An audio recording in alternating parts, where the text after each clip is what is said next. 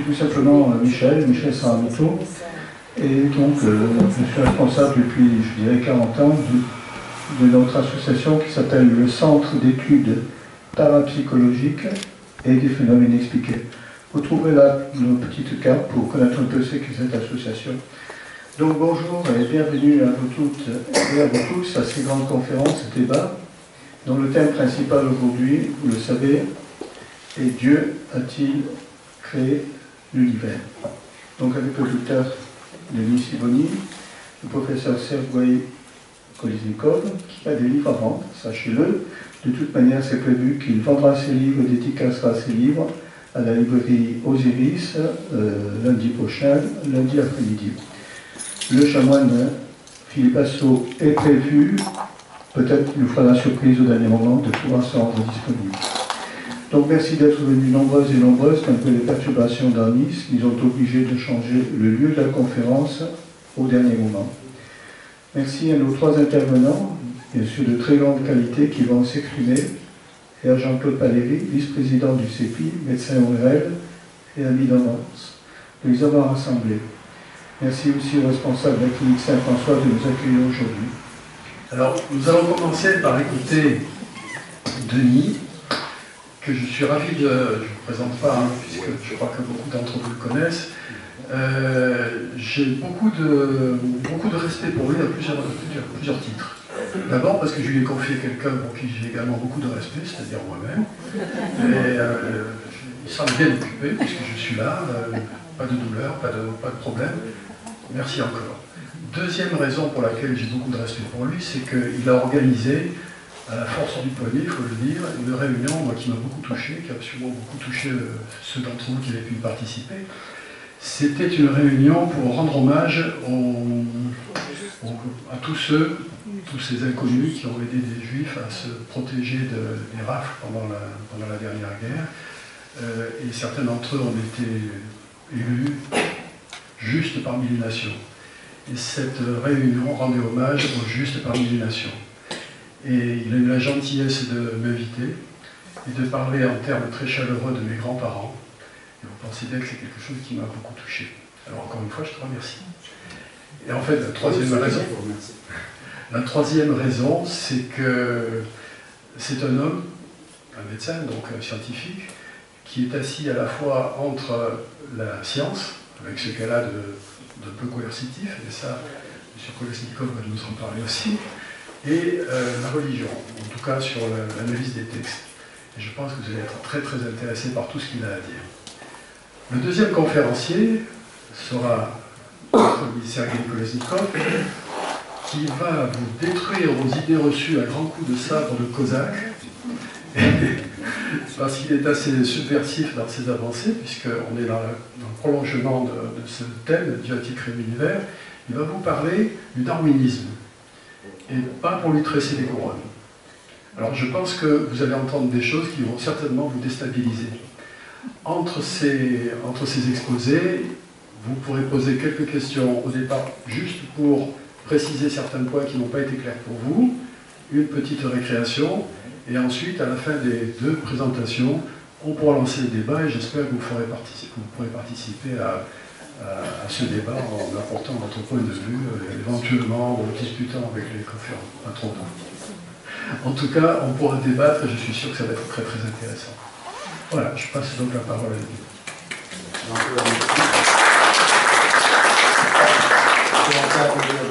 Vous m'entendez? Non, on n'entend pas. Oui. On peut applaudir Jean-Claude. Moi aussi, je tiens vraiment à vous remercier. Les circonstances font qu'on se retrouve ici au dernier moment, que beaucoup ont été obligés d'annuler. Mais bon, les meilleurs sont là et c'est le plus important. Merci encore une fois. On va donc aborder ce sujet. Dieu a-t-il vraiment créé l'univers? C'est un sujet qui me passionne. Mais d'entrée, je peux vous préciser que je n'ai aucune expertise, ni scientifique, ni biblique, et donc je sollicite votre indulgence. Qu'est-ce qui m'a amené à choisir ce sujet? Comme vous pouvez le constater, j'ai choisi un titre volontairement un peu polémique, un peu provocateur, et qui peut heurter bien sûr les croyants, mais qui peut ravir, a priori, ceux qui seraient adeptes du déterminisme et du créationnisme. Il est bien évident que nous ne découvrirons jamais une preuve absolue de l'existence ou de la non-existence de Dieu en regardant dans un microscope ou dans un télescope. Mais nous pouvons rechercher des éléments de confrontation ou des convergences. Quand on revendique d'être cartésien, et c'est mon cas par ma formation de scientifique, entre guillemets, on se tourne de façon évidente vers la science, pour comprendre entre autres l'origine de l'univers, que l'on appelle le Big Bang, et pour comprendre surtout l'origine, le début de la vie sur Terre. Mais, par ailleurs, quand on appartient à l'une des 3 grandes religions monothéistes, et ceci, quel que soit le niveau de pratique religieuse, nous ne pouvons être que curieux et passionnés par nos écrits. Et ceci donne une version de l'origine de la vie qui peut paraître a priori totalement en opposition avec la science. Nous nous contenterons d'approcher que la première partie de la Bible consacrée à la Genèse, partie commune à toutes les religions monothéistes. Le premier pas en vue d'un rapprochement entre la science et la Bible consiste pour chacun des 2 camps à comprendre l'autre. Il est nécessaire de faire la distinction entre les écrits de la Bible et quelques idées arbitraires et mal placées, de façon à contribuer à favoriser cette compréhension mutuelle. En toute modestie, en toute humilité, nous allons explorer cette dualité qui est plus qu'une dichotomie entre la Genèse et la science, qui est mise en évidence ici par la problématique de notre propos. Pour approcher au mieux les textes bibliques, je ferai souvent référence aux écrits de 2 sages. Moïse Maïmonide, dit Rambam, au XIe siècle, qui est connu également pour ses connaissances médicales, et Moïse Narmanide au XIIe siècle. Mais aussi au Talmud. Pour ceux qui ne savent pas ce que c'est, que le Talmud, il traite de la nature de toute chose. Sous forme de discussions et de récits, on y trouve une masse d'informations sur la législation, la culture, l'histoire du peuple juif, au point que l'on peut y voir une véritable encyclopédie du judaïsme. On y trouve particulièrement les commentaires et les interprétations des textes sacrés, c'est ce qui va nous intéresser. Ma référence bibliographique essentielle a été un livre que je vous recommande, captivant, magnifique, souvent ardu par certains aspects, mais qui peut être considéré vraiment comme un livre de référence, comme une Bible, puisque c'est le mot qu'il faut utiliser aujourd'hui.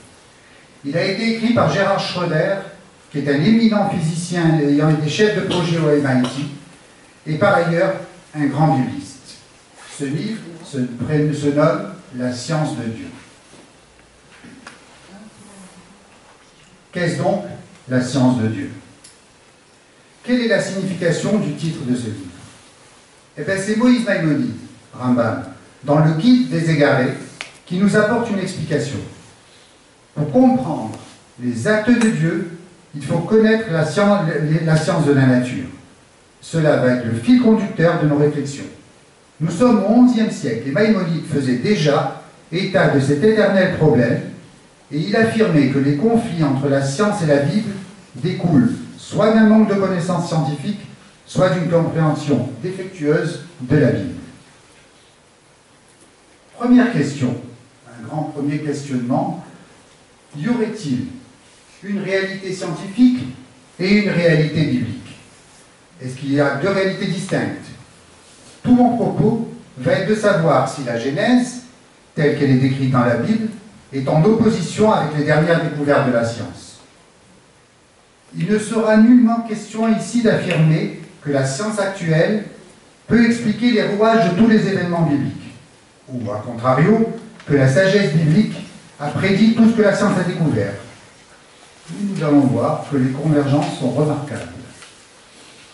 Séparément, ni la Bible ni la science ne sont des concepts individuellement suffisants.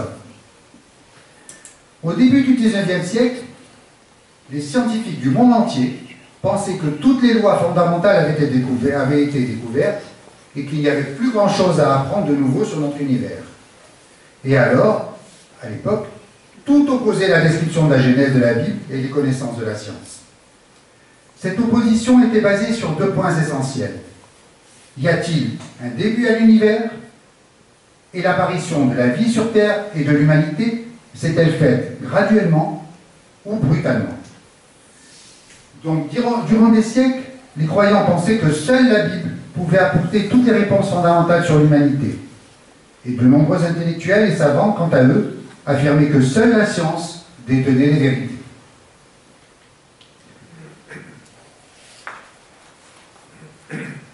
Question fondamentale. La science a-t-elle remplacé la Bible en tant que source suprême de vérité? C'était l'affirmation de nombreux intellectuels et savants. Déjà, bien avant le XIXe siècle, Nietzsche avait proclamé que les découvertes de Copernic, de Galilée et de Darwin reléguaient Dieu aux oubliettes. Voltaire, quant à lui, pensait que nous pouvait concevoir que l'on puisse penser que Dieu puisse s'intéresser à notre petite terre en comparaison avec l'immensité de l'univers.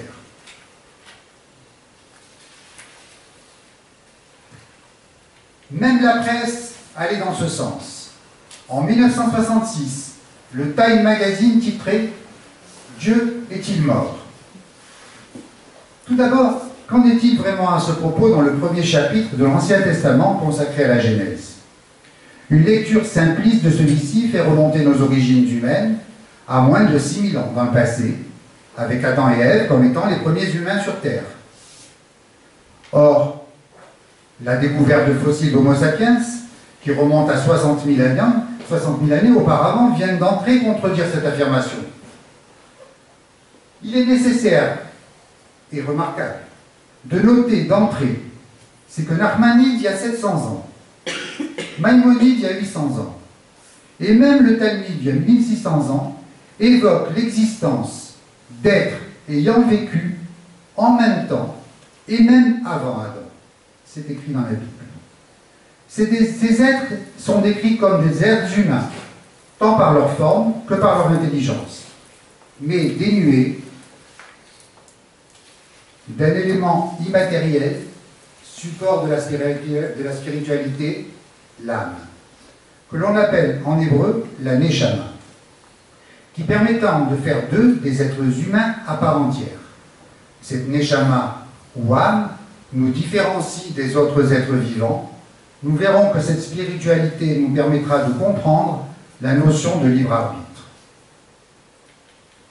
Le début de l'humanité décrite dans la Bible correspond donc à Adam, premier humain ayant reçu une âme, la Neshama, il y a approximativement 6600 ans.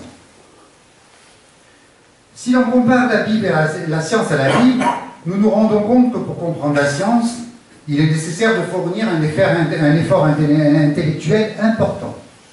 Alors, comme nous l'avons dit, la Bible paraît simpliste. Mais au-delà de cette lecture superficielle, qu'en est-il vraiment?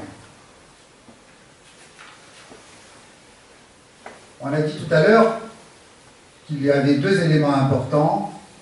L'univers a-t-il un début? Et la vie est-elle apparue brutalement? On va commencer par évoquer le début de l'univers. Jusque dans les années 60, la plupart des scientifiques pensaient que l'univers n'avait pas de commencement.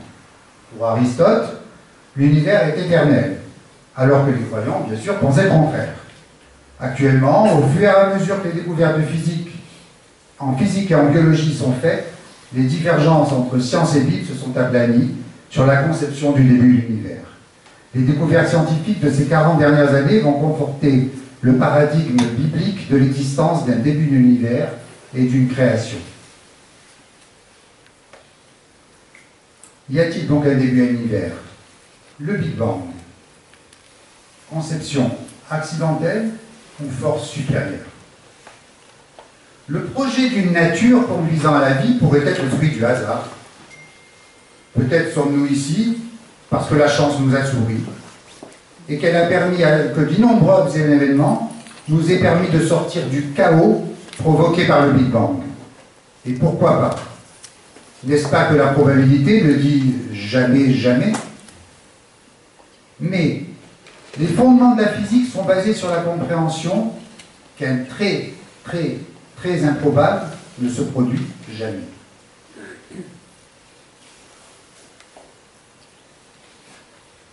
En ce qui concerne l'univers, nous n'avons pas tiré un seul ticket gagnant. On a gagné au tirage au sort la force électromagnétique, l'atome, les molécules, la force d'interaction adéquate, c'est la cohésion des noyaux atomiques, l'hydrogène, la force de gravitation, etc., etc. Tirage après tirage, tous les billets furent gagnants.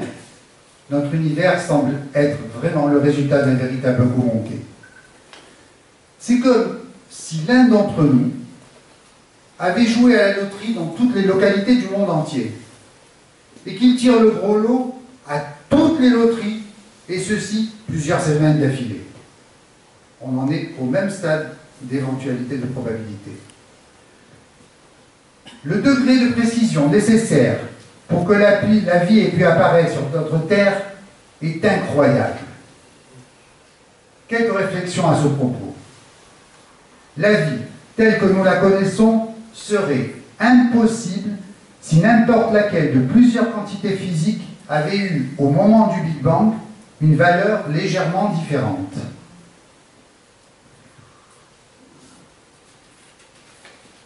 Pour que le Big Bang ait pu avoir lieu, en particulier, il a fallu une constante cosmologique qui a nécessité une mise au point incroyablement précise qui est liée à l'énergie. Cette énergie est au 1/120e près. C'est-à-dire que si l'énergie du Big Bang avait différé d'une unité sur 120 zéros, il ne pourrait y avoir aucune vie dans notre univers. En plus de cette constante cosmologique liée à l'énergie, chaque jour, les scientifiques découvrent des faits stupéfiants. Une infime variation de température au moment du Big Bang aurait pu également empêcher toute possibilité de vie. Le degré de précision est si infime que c'est comme si on pouvait envoyer une flèche à travers tout l'univers et atteindre à l'autre bout une cible d'1 millimètre de diamètre. Au moment du Big Bang, l'énergie s'est transformée en quarks et antiquarks, matière et antimatière, qui auraient dû s'annuler, et le monde devrait être néant, le néant complet. Et pour une raison inconnue, il y a eu une quantité infinitésimale de matière, une unique particule supplémentaire sur 10 milliards qui subsista. Et c'est à partir de cette particule que l'univers dans son immensité a été créé et que nous sommes aujourd'hui ici. En se fondant sur ces éléments, donnés par les télescopes et les accélérateurs de particules, la science constate que la genèse s'est avérée exacte depuis le début. Il y eut un commencement. Bien que le début ne confirme pas l'existence d'un créateur, il ouvre cependant la voie à cette possibilité. Comme nous venons de le voir, donc, il y a eu un commencement. Et à ce propos, pour étayer la question que nous pouvons nous poser sur la réalité d'une force supérieure, pouvant expliciter un commencement, je reviendrai sur cette fameuse rencontre entre Albert Einstein et David Ben Gourion, à Princeton, durant laquelle il n'a pas été question de politique du jeune État d'Israël qui venait de naître, il y a eu des tas de romans là-dessus, mais uniquement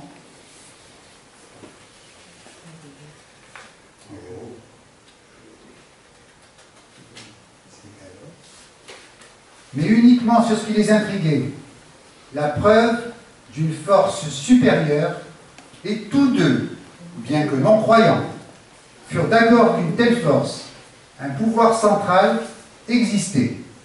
Appelons-le Dieu, force supérieure ou autre. La mécanique quantique. La mécanique quantique peut-elle contredire ce que nous venons de développer? Actuellement, tous les scientifiques constatent et admettent que la mesure des éléments physiques, et ceci quelle que soit la sophistication des instruments de mesure utilisés, n'est pas précise. Et elle est dépendante des conditions de prise des mesures. C'est ce qu'on appelle le principe d'incertitude. les objets dans l'univers sont dans un état de flou. Nous sommes amenés à renoncer au concept d'un monde fait de particules, protons, neutrons, électrons, etc. Et il est nécessaire de concevoir ces particules comme des objets quantiques qui sont étendus à tout l'espace dans une dimension hors du temps et de l'espace. Alors, si on remonte le temps d'un jour, d'une année, de 1000 ans, de plusieurs milliards d'années, on finit par se retrouver en un point. Le point qui marque le début de l'univers. C'est l'existence d'une époque où il n'y avait ni temps, ni espace, ni matière. Donc l'énergie est régie par le principe de la mécanique quantique, ce principe qui a enterré le déterminisme. Mais alors, si on se réfère à ce flou, à cette fluctuation de la mécanique quantique, avec le principe d'incertitude, la croyance à un début pourrait ne pas être une nécessité de créateur. Mais même en admettant cette théorie, les principes fondamentaux nous amènent à être interpellés.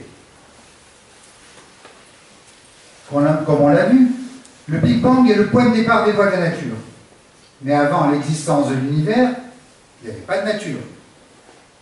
Et donc, pas de possibilité de mécanique quantique. On en revient à quelque chose d'autre, et plus grandiose, serait-ce un créateur?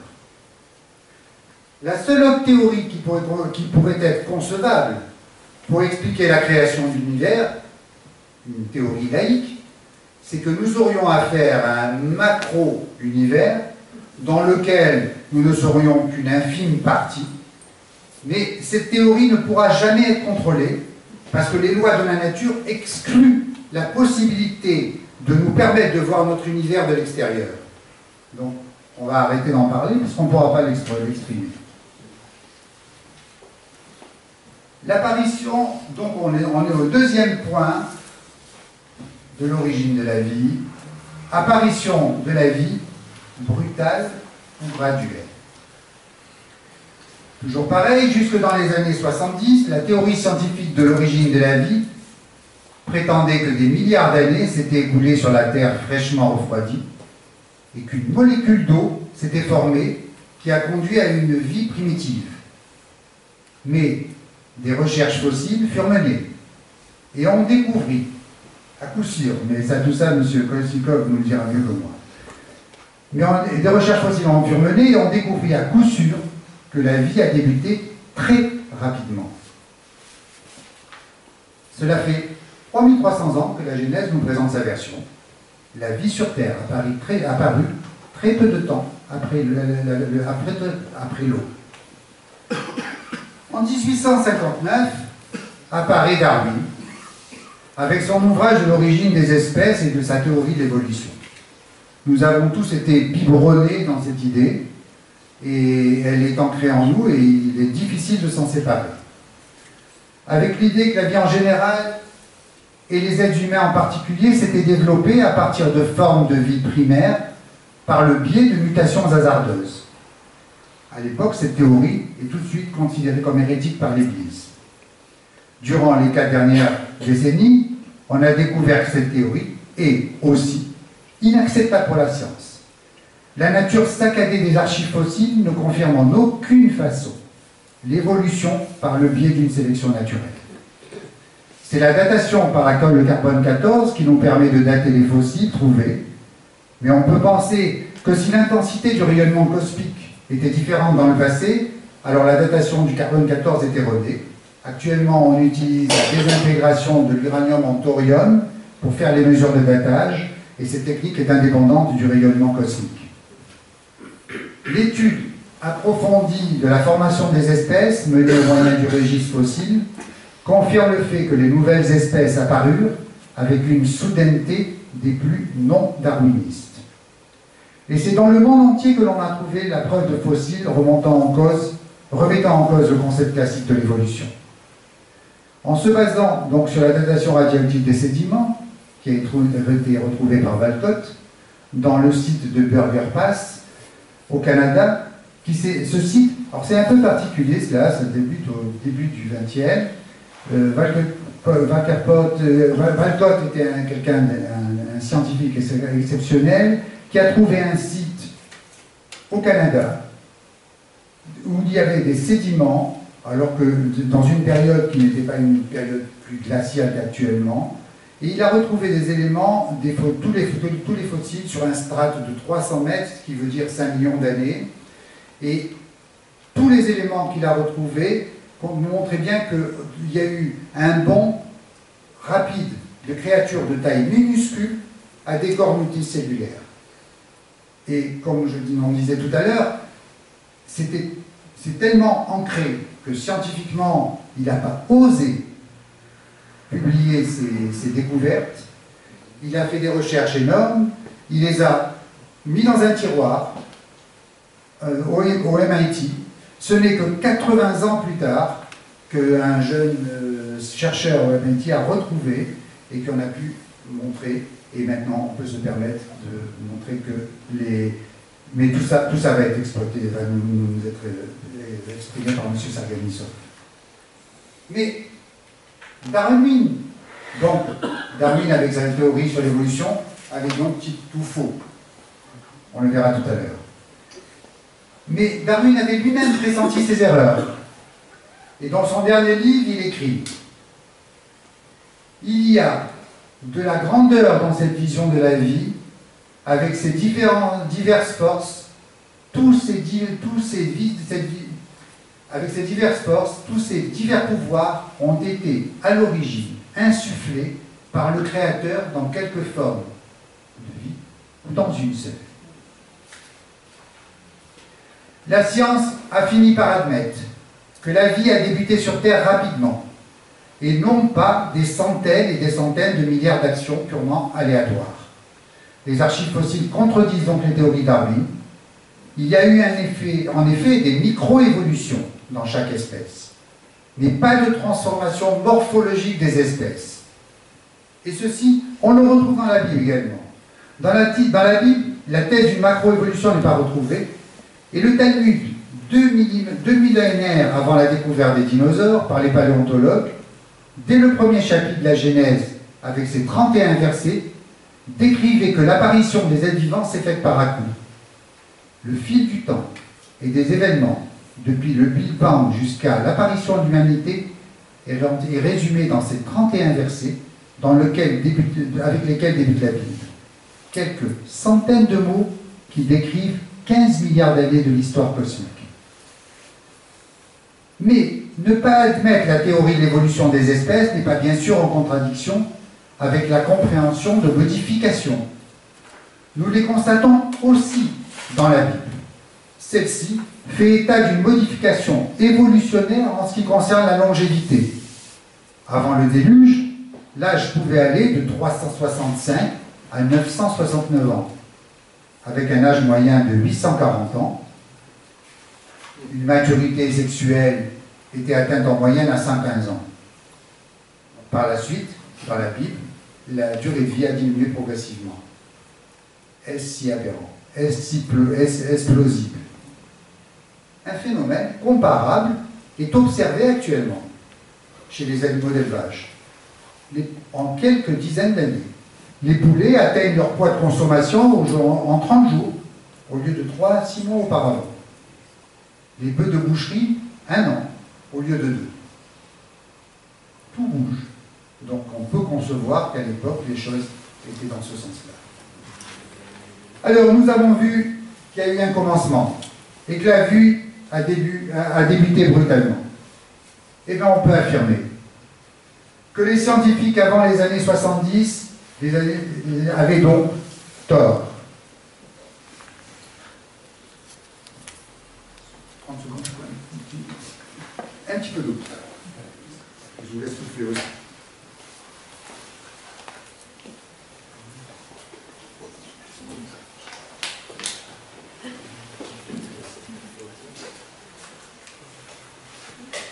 Comment commence la Genèse? Le premier mot de la Genèse est Bereshit. Ça veut dire au commencement. Dans la toute première phrase de la Bible, au commencement, Dieu créa le ciel et la terre. Et comme on le voit, il est écrit le ciel avant la terre. Là, je vais faire une petite parenthèse un petit peu plus biblique et je vais citer un autre sage, Rachi,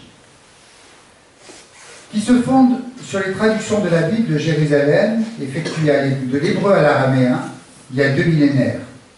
Et les premiers mots ne seraient pas la création. Les premiers mots seraient « Je suis la sagesse ». Dieu me créa au début de son action. On arrive à de l'immatériel. Et c'est ça qui est intéressant, surtout dans cette assemblée. Je suis la sagesse, Dieu me créa au début de son action, la première de ses œuvres d'autrefois.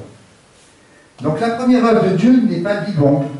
La première création divine fut la sagesse.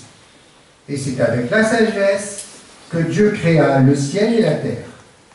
La sagesse constitue, selon la Bible, le substrat de toute existence. Cette notion peut paraître, bien sûr, un peu concrète, mais peut permettre d'expliquer, comme les découvertes de la science l'ont montré de manière mesurable, que la vie et notre monde comportent un aspect immatériel qu'il faut admettre. Des millénaires s'écoulèrent avant que l'humanité ne découvre que c'est l'énergie qui constitue la base de la matière.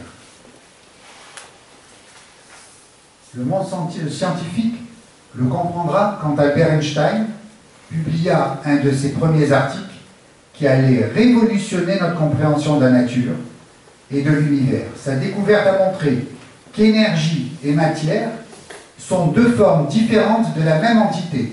C'est le fameux E égale mc2. L'explosion primitive qui provoqua la création de l'univers, le Big Bang, ne produisit pas directement la matière. Elle généra une énergie rayonnante, pure et chaude, si forte qu'elle produisit la matière selon la formule E égale mc2. Aujourd'hui, cela nous semble évident, parce qu'on a grandi avec cela, mais il faut admettre que c'est un concept qui est un peu difficile de pouvoir penser que de l'énergie peut donner un caillou, et qu'un caillou qui nous semble inerte pourrait être une source d'énergie. Faisons un peu de biblifiction. Combien d'autres années faudra-t-il, peut-être, par l'apparition de la nouvelle Einstein, pour prouver que sagesse et connaissance sont les bases de l'énergie qui, à son tour, a créé la matière. La sagesse est un concept qui peut paraître donc bien abstrait, mais force est de constater qu'actuellement, bien que la science regorge d'éléments permettant de comprendre le fonctionnement de l'univers, tous ces éléments n'apportent aucune réponse quand on veut expliquer s'il y a une finalité à l'existence. Il lui est impossible.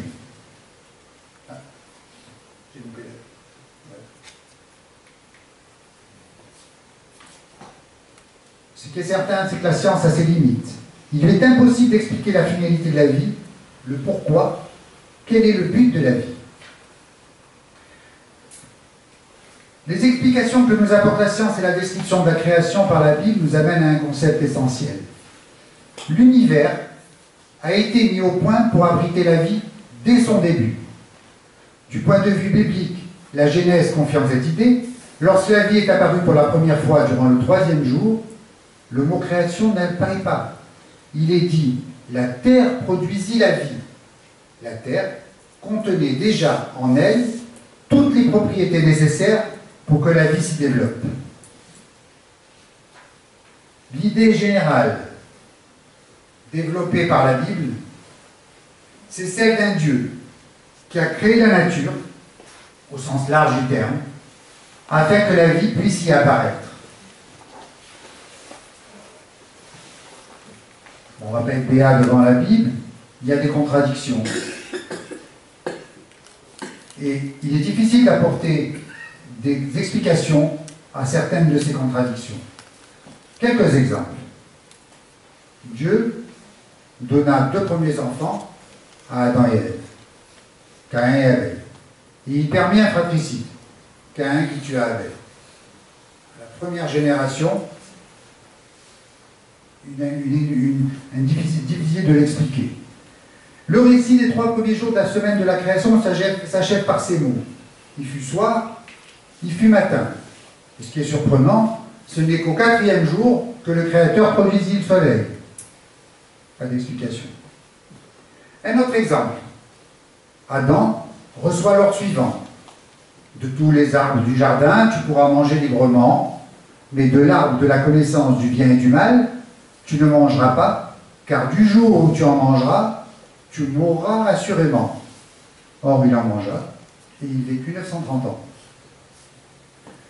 Légitimement, nous pouvons nous poser d'autres questions, et on peut se demander, par exemple, pourquoi Dieu, s'il existe, n'a-t-il pas fait d'entrée la nature parfaite?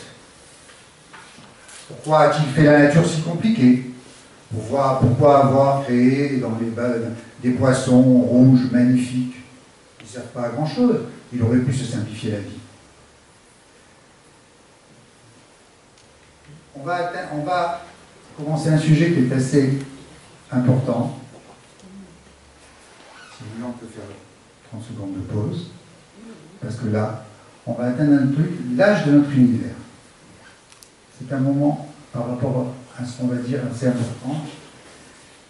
L'hypothèse d'après laquelle les 6 jours de 24 heures de la Genèse furent suffisants pour inclure tous les jours de l'univers, à savoir le flot cosmique qui s'écoula depuis la création initiale, du Big Bang, jusqu'à la création de l'humanité, réclame de nous une compréhension du temps qui n'est pas évidente pour notre propre sens.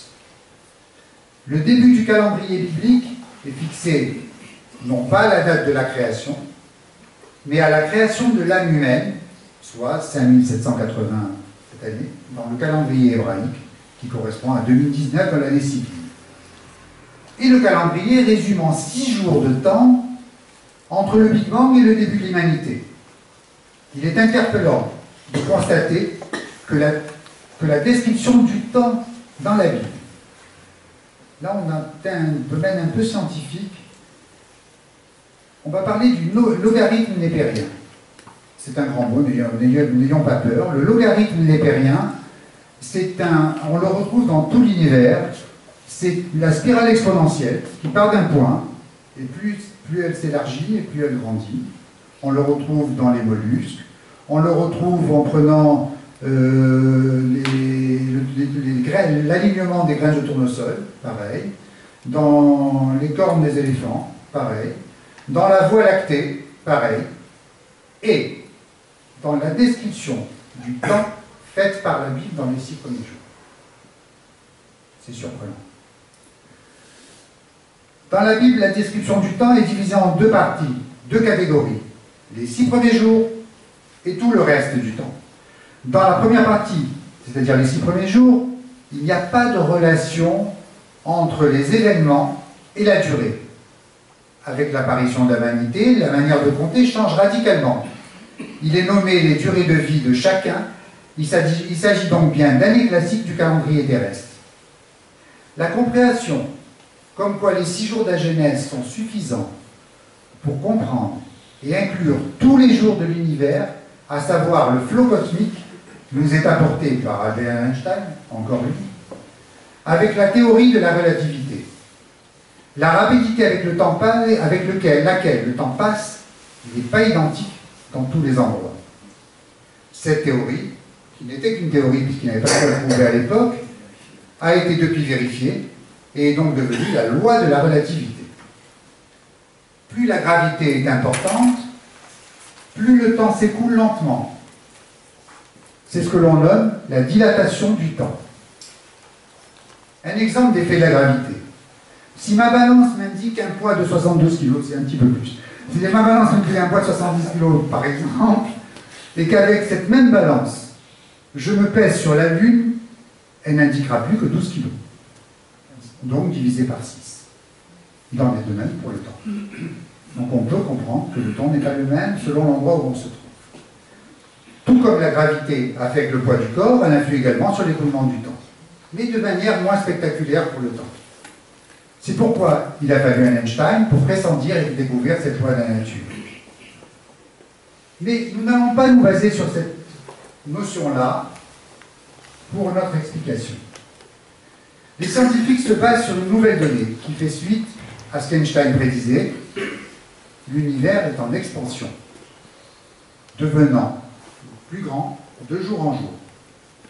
L'expansion de l'univers et l'étirement de l'espace ont repoussé le bord de l'univers à des milliards d'années-lumière.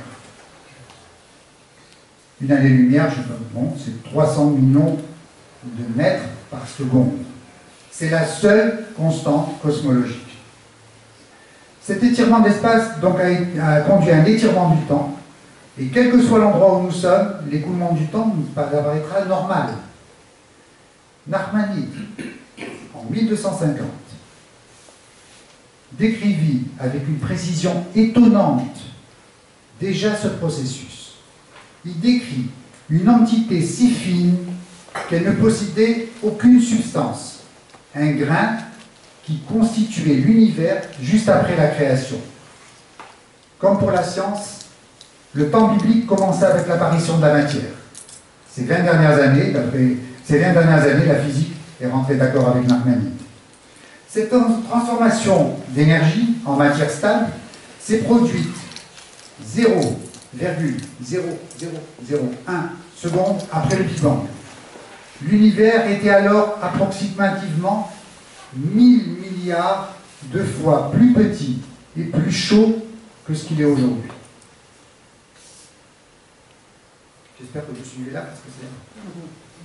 Il faut comprendre que 15 milliards d'années sont notre temps terrestre vécu, calculé comme observateur dans des conditions bien précises et en partant du temps présent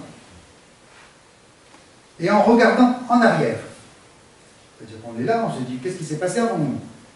Alors que la Bible part du temps zéro et décrit les événements en regardant en avant. L'horloge cosmique bat aujourd'hui 1000 milliards de fois plus lentement que lorsqu'elle s'est mise en marche après le Big Bang. Lorsque l'horloge cosmique a tourné d'une minute, nous avons vécu sur Terre 1000 milliards de minutes. Le temps cosmique dépend du coefficient multiplicateur et d'étirement, je vous épargne cela, il dépend du coefficient multiplicateur d'étirement des ondes lumineuses ayant pour valeur approximative 1000 milliards. Cet étirement, il est conséquence de l'expansion de l'univers. Tout ça est basé sur des réalités mathématiques. Hein. Ce n'est pas du tout des notions subjectives. Donc pour connaître le temps cosmique, il faut diviser le temps terrestre par 1000 milliards. En termes de minutes, de jours, d'années et de millénaires, cet étirement de la perception du temps cosmique par un facteur de 1000 milliards conduit à diviser les 15 milliards d'années par 1000 milliards, ce qui les réduit à 6 jours.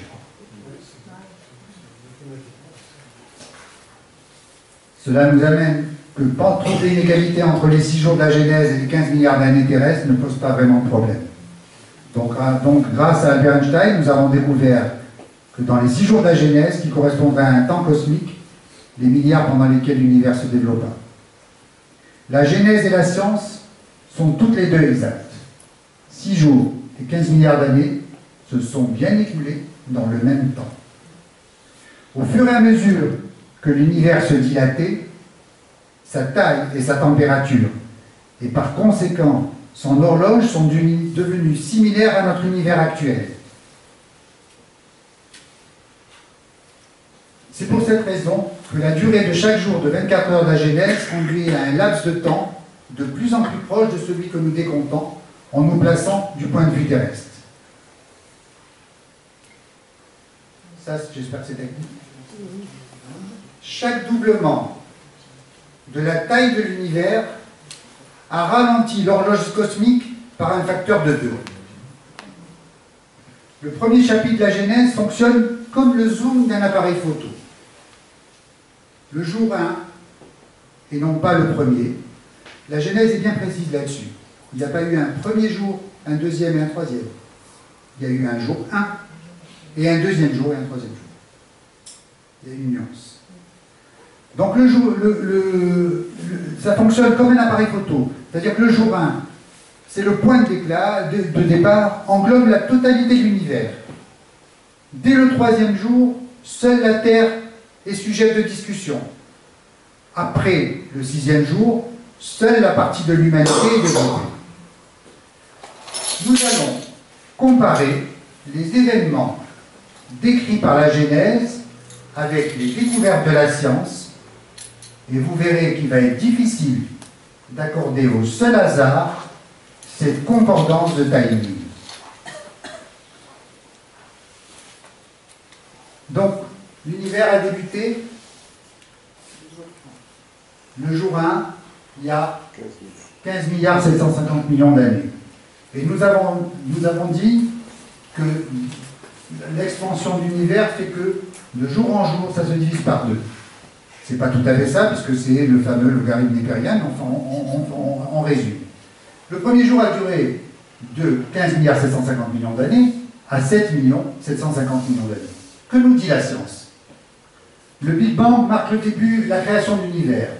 La lumière est littéralement libérée lors de l'union des électrons avec les noyaux atomiques.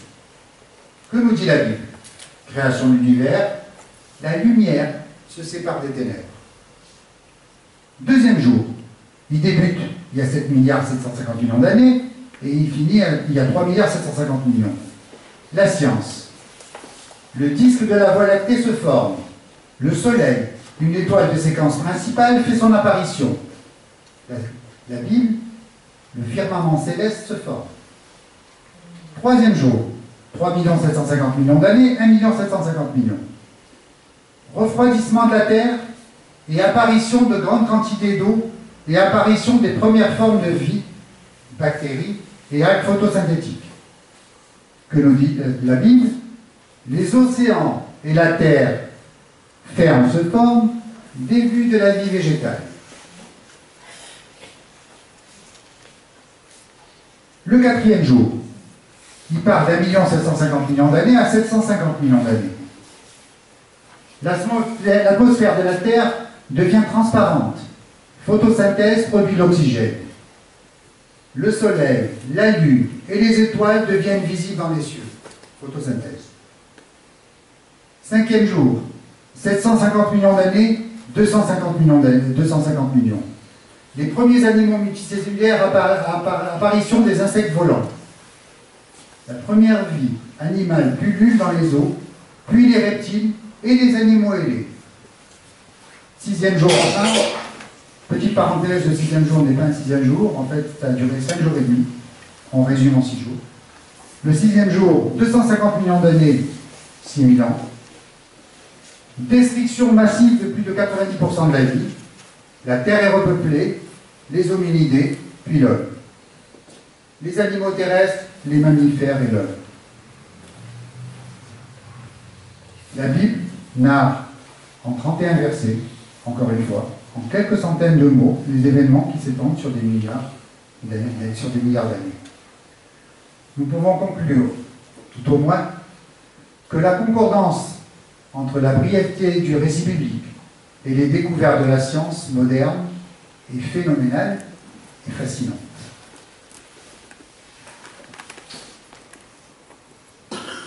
J'espère que je ne vous fatigue pas trop. Il y a un dernier chapitre qui est un petit peu, lui aussi, le libre arbitre.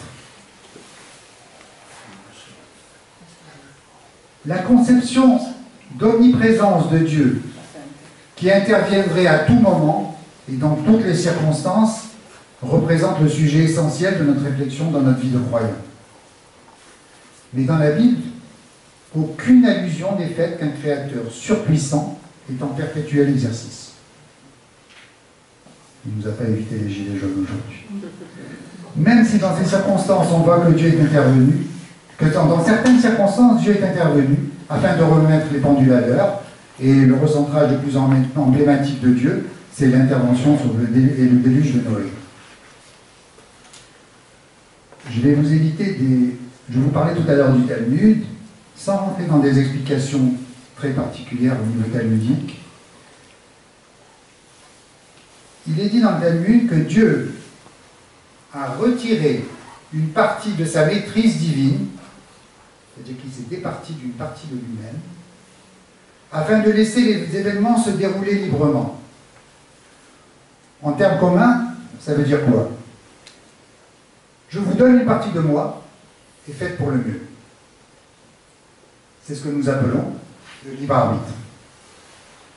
On va donc finir par développer cette notion. Mais avant de développer le libre arbitre théologique, nous allons voir qu'il est également présent et qu'il est supporté au niveau physique et biologique. La physique du libre arbitre.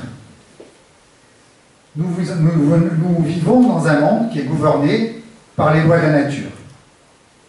Cette théorie du déterminisme est basée sur le principe de causalité qui a été développé par Laplace. Une cause donnée produit toujours le même effet. Par exemple, un ballon posé en haut d'une pente roulera toujours vers le bas et jamais vers le haut. Une tasse de thé bouillonnante laissée à température ambiante se refroidira et ne se réchauffera jamais. C'est une des lois de la nature, le thermodynamisme. Le système évolue toujours d'un état d'énergie élevé à celui d'un état d'énergie faible. Tous les événements sont prédéterminés par ceux qui les précèdent. Cette théorie du déterminisme ne laisse aucune place au libre arbitre.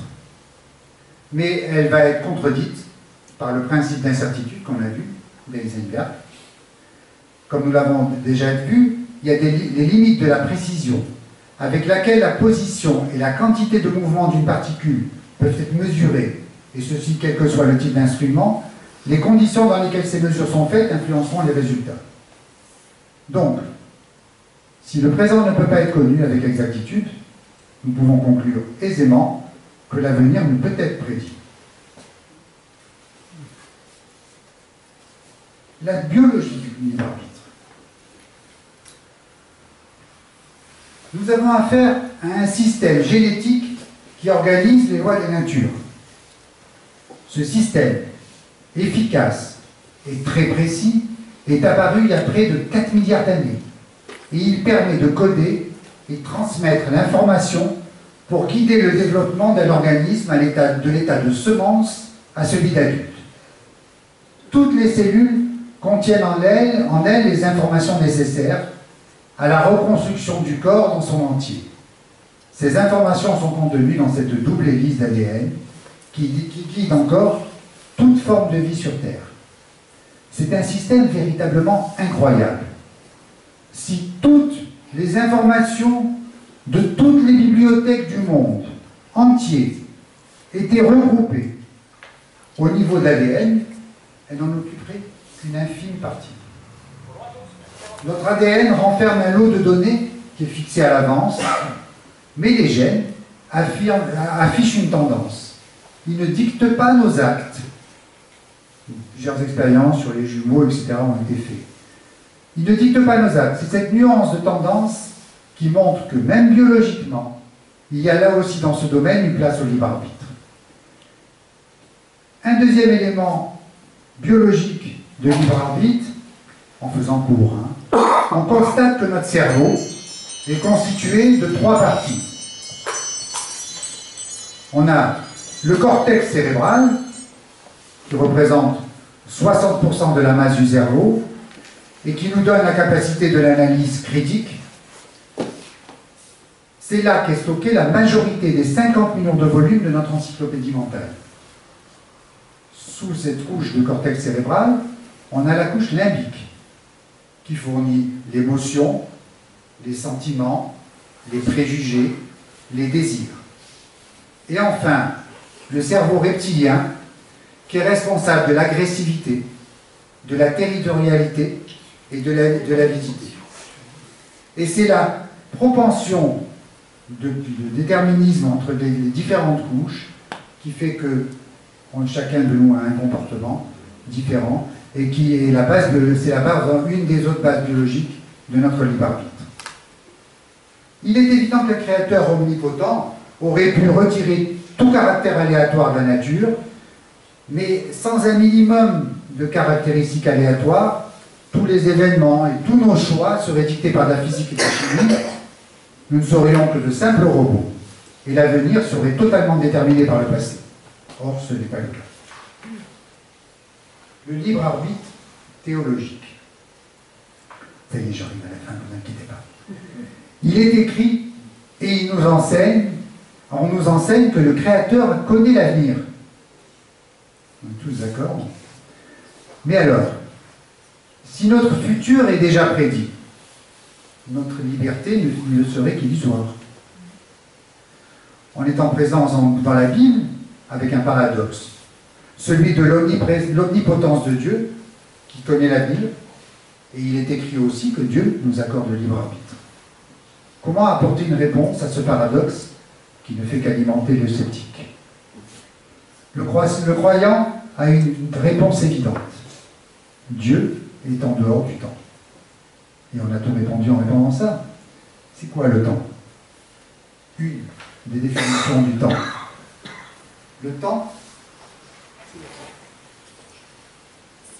Le temps est la manière de la nature d'empêcher que tout se produise simultanément. Nous avons vu que selon la cosmologie moderne, la création de l'univers s'est faite à partir du néant absolu et total, et marqua le début de l'espace, du temps et de la matière. Cela confirme les dires de la Bible. Dieu est en dehors de l'espace. Il n'est pas matière, bien qu'on l'a représenté très souvent de manière anthropométrique, comme un homme. Donc Dieu est en dehors de l'espace, il n'est pas matière, et bien évidemment, il est en dehors du temps. Dieu est présent et éternel. Un présent éternel qui inclut simultanément le passé, le présent et le futur. C'est dans le tétragramme de Dieu en hébreu. J'étais, je suis, je serai. La cosmologie et la Bible sont encore une fois en accord. Donc dans la Bible, il est précisé que la nature a été et sera le vecteur de base des interactions divines au sein de notre monde. Dieu a créé la nature comme une base et nous faisons partie de cette nature. Dieu a créé les lois de la nature qui apportent une direction et qu'à travers cette direction, il existe de la marge. Un monde, donc naturel, nous permet de préserver notre libre arbitre. Chaque membre de l'humanité choisit son chemin personnel. La Bible nous apporte toutes les données qui permettent de concevoir un Dieu qui permet le libre arbitre et de concevoir que l'injustice existait. Nous avons tous en nous quelque part le concept de la souffrance qui contredit d'une manière ou d'une autre l'affirmation biblique de l'existence d'un Dieu bienfaisant. Malheureusement, dans la nature, le libre arbitre et le potentiel pour le malheur vont de pair. En conclusion sur ce chapitre, ce qui peut apparaître comme de l'indifférence divine, inhérente au Créateur, constitue le fondement de notre libre arbitre. À mes yeux, cette notion me paraît importante, car elle ouvre la possibilité, pour un croyant, à la compréhension de la non-intervention de Dieu aux différents holocaustes, aux différents génocides, et au plus grand d'entre eux, la Shoah. J'espère n'avoir pas été trop opaque. Toutes ces notions sont parfois ardues.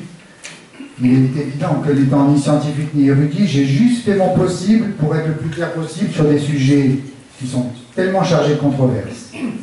Chacun de nous trouve sa vérité. Et bien évidemment, elle ouvre à des débats. En tout cas, je laisse libre à chacun de tirer la conclusion qui correspond à sa propre démarche intellectuelle et à ses convictions personnelles. Quant à moi, le travail de préparation de cet exposé n'a fait que me conforter dans mes convictions, et vous avez dû comprendre la réponse que j'apporte à l'intitulé de mon titre. Merci.